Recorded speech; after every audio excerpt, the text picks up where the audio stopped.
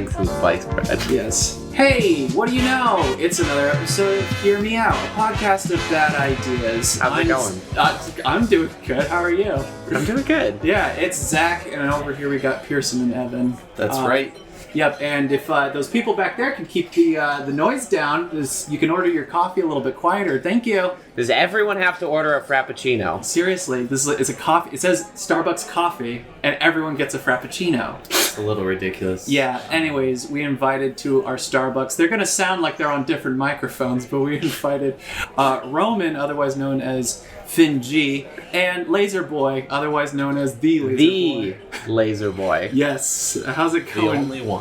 It's going good, guys. It's going real good. I just gotta say, I did order one of those Frappuccinos, so I do apologize. Well, okay. Well, that's whatever. I try and get their hot chocolate here, but it tastes like they made a coffee, dumped it out, and then put hot chocolate I'm on my fourth ice water.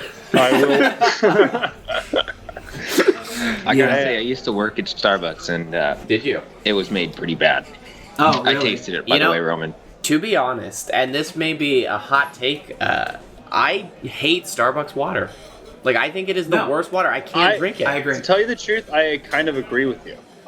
There's all these people that give it so much praise, and I've never really got it. Yeah. You know, there's no, is there a water store? It's like, oh yeah, we have different types of artisanal waters and stuff like that. I'm sure there is. Is there like a type of job that's a sommelier for water? There has.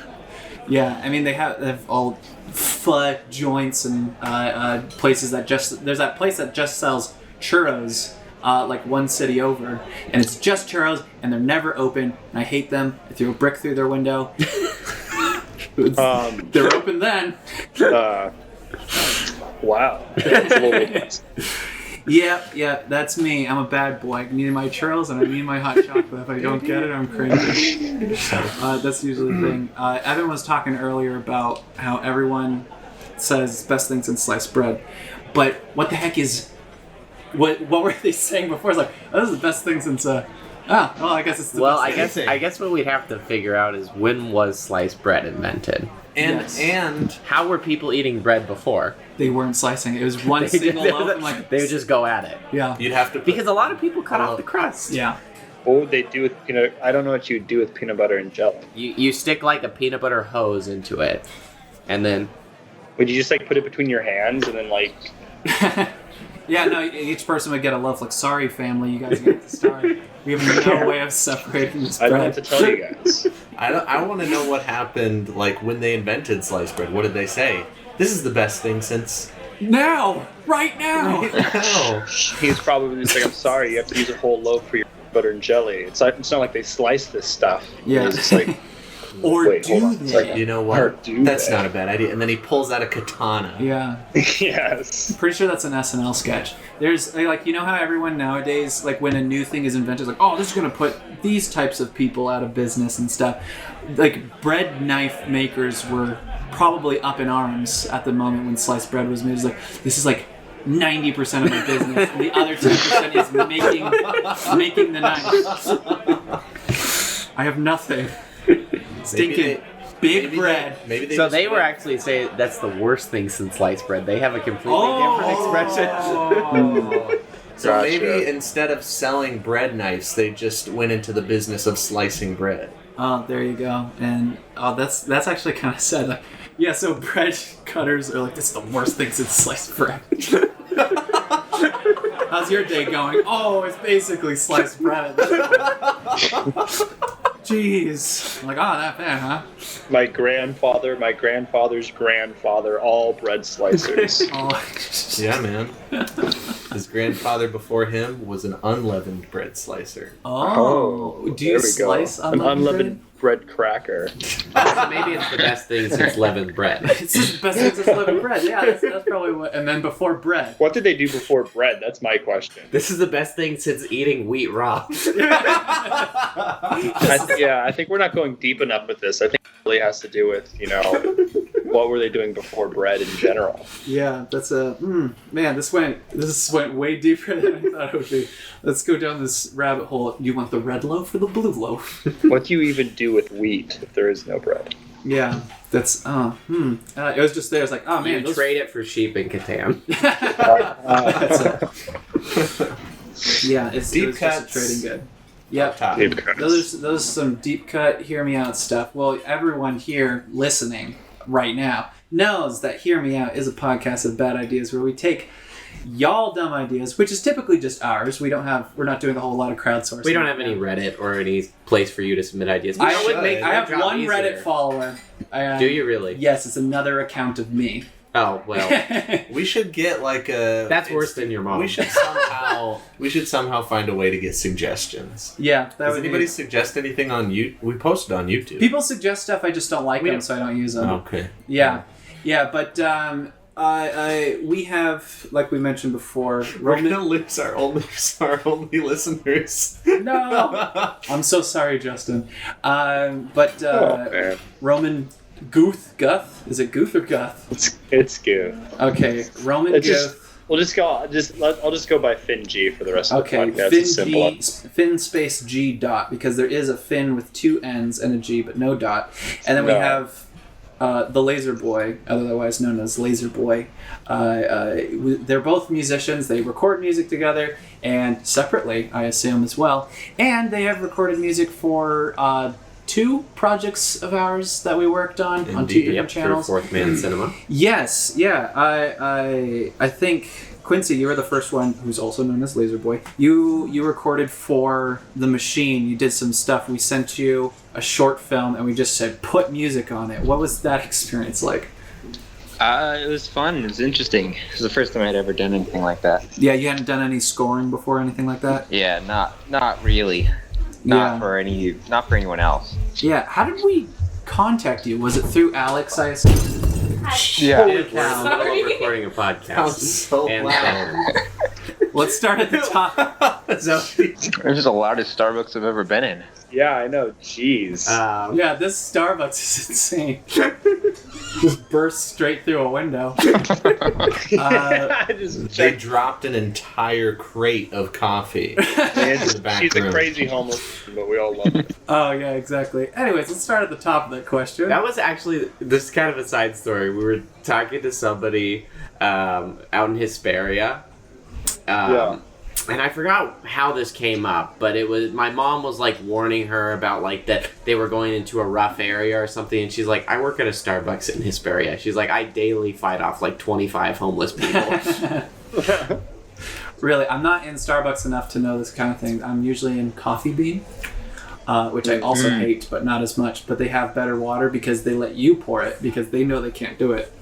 That's good. That's good. Okay, question time. I'm gonna get Time this to hear question you guys out. right now. How did we contact you? Was it through Alex? Did Alex It find was you? for Alex. Yes, he's Moving. Yeah, he's moving actually, but that's He's not. actually probably already gone at this point. Yeah, but that's not a part of the interview. He's not important. Bob Foreman on the other. Bob Foreman is here to stay. Yeah, Bob No, he's Foreman dead, will be here. Okay. I guess we could still keep him The on and late stuff Bob like that. Foreman. Yeah, but we. How did you go about scoring a short film as opposed to like how you would normally compose a song?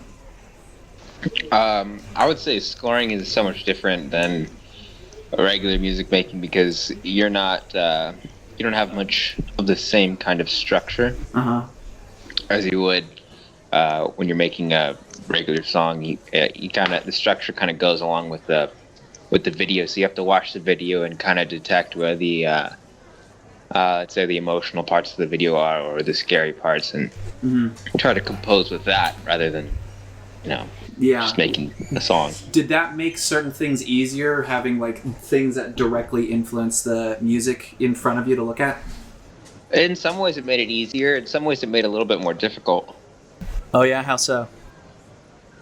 You don't have so much of a template to create off of. You kind of have to do everything just how it comes and hope that it sounds okay. It seems to me like it would be harder because you're having to conform to whatever you see in front of you. It's not like, because we already did the editing when we sent you the film. You couldn't like create the music and then we edit to the music. It was we edited the movie, now you have to create music to our edit. Right. Yeah, so I figured that would be a little more difficult, less freedom in that sense. Yeah, I think that's typically the process. Yeah. I know for In Hollywood. E.T., they did it the other way around. Oh. Also, kind of a fun fact here. I don't know if anyone is a fan of spaghetti westerns, but Sergio Leone would have the composer Enrico Morricone compose the music after writing the script, but before filming, and then they would play the music on set Interesting. Oh, wow. for the actors so they could respond to the tones of the music while they were filming. Interesting. That's super cool. Yeah. Yeah. Yeah, that's super cool. But yeah, normally it is like the very last part of production. It's like VFX and music. Yeah. Are you sketching right now? Oh, gee. Man, this Starbucks. This Starbucks is so... It's so like random people approaching us, asking us if we're on Wow. Skype. We're essentially celebrities. Yeah. Yeah, Sorry, I'm exactly. famous. Sorry. Yeah. Yeah, everyone's just coming in and out. Yeah, like, yeah, I'll sign it later. Just wait for the end Actually, a of the side podcast. gig that I do is actually I protect LAZERBOI on public because there's crowds that will swarm them. Really? Now that sounds like an interesting gig. We'll have to. Yeah. What's the craziest tour story you have? I don't. If you've ever been on tour. I think I want to hand it off to Quincy, but I'll just start off. Are you doing right now? We crashed into two men in black suits, and Quincy wants to continue it. What, really? Welcome Tell to. us more. Yeah, Okay, where are we at? two guys in black suits. Two guys in black suits. Yeah, When was this? you don't remember that there's two guys in black suits. One of them was Will Smith. Right. I don't. Then and it's the other guy. I Yeah, remember the guys. yeah. Anywho, I don't remember much from that night because they did the thing that they flashed me and I couldn't That obviously remember didn't work anything very anymore. well. Yeah, you remember flashed that? you? They flashed you? You Remember mean the they guys. like wiped your memory? Yeah. Right. Publicly soon after, obviously, because Yeah, public Okay. nudity is illegal. Thank you for the exactly. Thanks for So- the clarification. but yeah, I remember Will Smith coming up and accusing me of being an alien, Yeah. which Is I that, was at the time. oh wait, is that how you got the name LAZERBOI? Is because people Are you think? guys finishing up that crap? Yeah. All right. Gosh, so rude. Man, you think everyone would be quiet? No, the I'm second not we going to start tip at a recording? coffee shop. It's ridiculous. All I did was I'm record. waiting on you. You're not waiting on me. I don't give you a tip. Anyways, Finn G. What's the G stand for? Everyone's dying to know. Okay. Wait, sorry. Ask that again. Finn G. Oh, what What's does the G stand for? Everyone's dying to know. Oh, it's my last name. Oh, Oh, okay. perfect. Probably Goof. And can we get a middle initial as well as your mother's maiden name? And a social security. No middle name.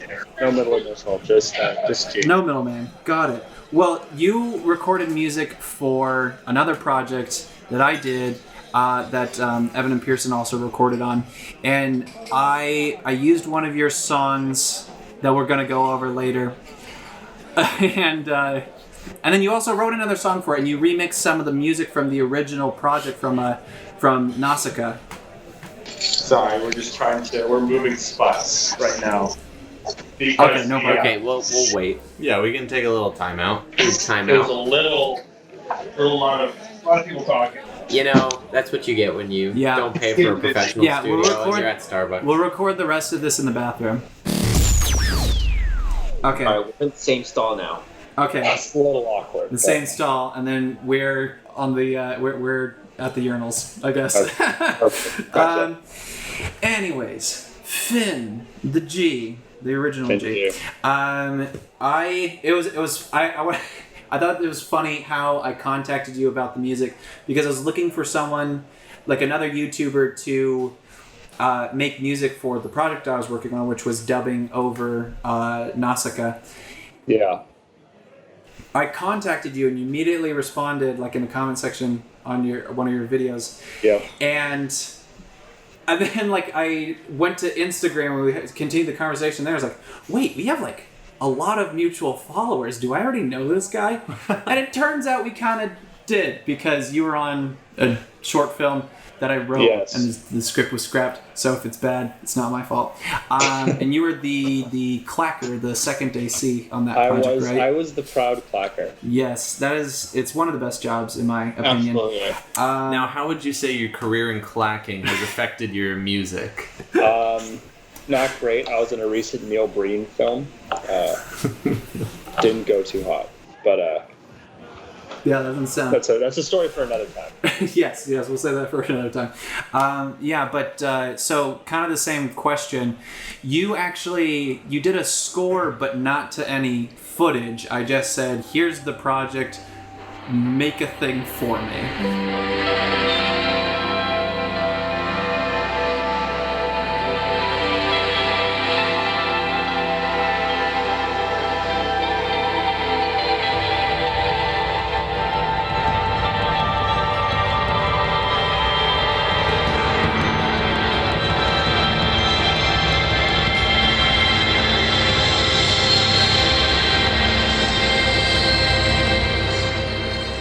Yeah, that was interesting. It was because it's pretty. I didn't know exactly because I honestly have never been the biggest anime watcher in general. Yeah, well, I'll forgive you.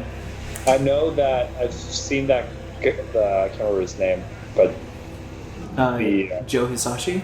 yeah, I've heard of a lot of his stuff, but I've never actually watched any of it. Mm. So, what honestly helped a lot was just listening to the composer and what his kind of direction was, and you kind of told me what you wanted it to sound like. So the direction I went with it was I just kind of listened through his opening song, and it had this, like a lot of orchestral music, it has this big opening that's real, like dun dun dun, and like builds up and gets really loud, and so I kind of I started the song off with sampling a little chunk of it, and I actually had to replace a lot of the horns and stuff to make them clearer, because I wanted it to have kind of a raw, washed out sound, but at the same time I wanted it to, be able. I didn't want it to sound bad, so I kind of added some horns and things to liven it, and then for the rest of it, I just kind of made it a kind of lo-fi-ish. Some piano, and I just try to kind of keep it simple, just since I didn't have anything to base it off of. No, I think it came out great, and you're saying it was lo-fi, but you say that your genre is more of a indie rock kind of style. Yeah, the music I normally make. Yeah, we used another one of your songs in the video, Good Bads. I wanna try till there's no one. Let's go on a walk till the sun's gone. Okay, so I don't know enough about the song to ask a ton of questions about it. I did listen to it about 50 times through editing. Yeah, well, editing. Yeah, so I might know it better than you at this point. Probably do. Yeah, so what's the story behind this song, or what was the process that you had when you were making this song? Okay, so when I originally made this song, a lot of my music has a lot of different layers and kind of gets, it's just kind of a mess. And so I wanted to make a song with a real simple background. And for that song, I believe it was just a bass part. I don't even know if there's a guitar part. I think it's just a bass part. Yeah, so it was a bass and drums, and I just used a MIDI drum pad, and then over that I recorded my buddy playing Star Wars Battlefront 2. That's what that sound was. You can hear little things in the background, and it just sounded. I like adding little things like that. I have a song called Cafe de Uno that has. We were in a coffee shop called Obnoxious, and I just recorded while we were sitting in there, and then have that running. I have that running throughout the entire track, and I kind of like that background ambience in my music. Yeah. How did that coffee shop compare to the one we're in right now? Well, it was a local coffee shop, so at least so it was good. It's good. It was better than supporting, Yeah, better bathroom too, I imagine. I will say though, I know the bathroom's not bad here. It's a good secure door. That's what we're looking for. Yeah. Exactly. The only problem that I have is every time I try to flush, it mutes Roman. So. There's some water splashing on the cords. Problematic. Yeah, that is an issue. And Quincy. Sorry. What were you saying? I was just gonna say the topic is just kind of having to do with. We used to we go on these like long drives, or like we go to Orange County or San Diego or Disneyland or whatever. And then on the way back, it was always just kind of like I always loved it because it was just this kind of time to reflect on whatever, and you just talk and you're tired because it was late. And so that's the song just kind of has to do with just kind of like driving off into the sunset kind of a thing. It's pretty basic, but it's one of my favorite songs I've made. Yeah, no, I definitely like it. I was listening through all your music to see what song would fit in there, and I kind of wanted to make this project to be my own thing. Like the original score was very classical, but I wanted it to be very modern, and then so I used a lot of like lo-fi indie stuff, some like 80s pop music. There's like Kenny Loggins and stuff in there, but who knows, maybe at this point YouTube is taking down all 3 of those videos that I made, so I don't think any of your stuff got taken down. I am. I have a strike against me, and for like the next 3 months I have to be like super careful because YouTube is fantastic. YouTube terrifies me because I just got my channel monetized. Oh really? That's awesome. Yeah. And so they're super like, I honestly don't even understand because I know the policy's changed where it's like get it, but I was able to it said I qualified for monetization. So that's awesome. But it's terrifying. Like I made a cover of a song, and the second I was just like so nervous they're gonna take it down, but I'm all good. Mm-hmm. No, it's nuts. Yeah, well, that's really cool. So you mentioned something about having the background like ambiance or ambient noise in the background of your song. Do you think that has a sort of tangible effect in the song? That because you said it, like obviously the song is very nice and reflective. It's very. I don't know good words to describe it. I like it a lot. Gotcha. But do you find that the ambiance and the little ambient noises in the background enhances that? Yeah, absolutely. I really like it because I wanted something that kind of sounded nostalgic in the distance, and Battlefront 2, at least for me, is a very nostalgic memory. Right. And it's just kind of like the random video game sounds of it, and just in general, or just have it has a feeling to it, and it works well with the song. Right. And it gives it kind of this interesting feel when you have this. I've had songs where I will record.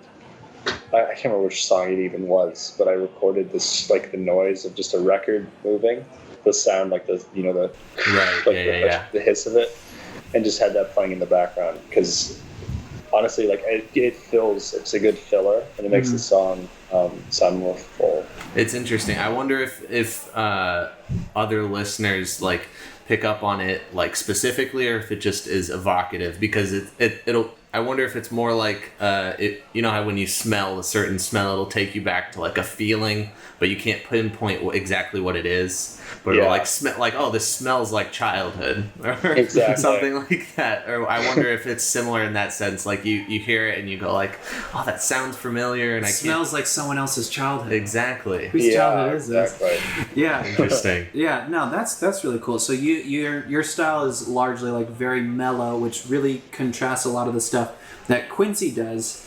I was going to do a segue of Star Wars, lasers, LAZERBOI. I thought that would